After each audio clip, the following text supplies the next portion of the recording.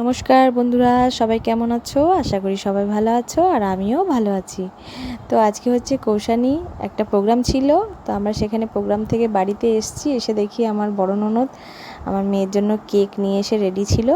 জন্মদিনটা আজকে যদিও না, তো জন্মদিনের 2-4 দিন পরে আমাদের কেকটা কাটা হয়, যেহেতু আমাদের নিয়ম নেই কেক কাটিং করা, তো সেই জন্য আমরা ডেটা অন্য দিনে করি।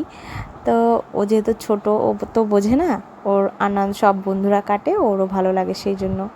তো যাই হোক, আমরা আগের দিনও একটা কেক কেটেছিলাম কৌশানীর জন্য, আর আজকে আমার ননদ এই কেকটা নিয়ে এসেছে। আর কেকে লেখা আছে দেখো, মান্ঠা। তো ও বড় পিসি ওকে মান্ঠা বলে ডাকে, আর ওর বড় পিসিকে বড় মেয়ে বলে ডাকে।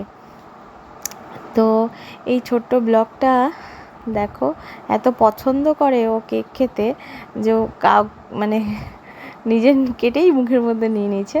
তো যাই হোক, তোমাদের কেমন লাগলো ব্লগটা অবশ্যই কমেন্ট করে জানিও, আর কৌশানীকে উইশ করতে কিন্তু ভুলো না তোমরা। তো এখনকার মতো টাটা, বাই বাই।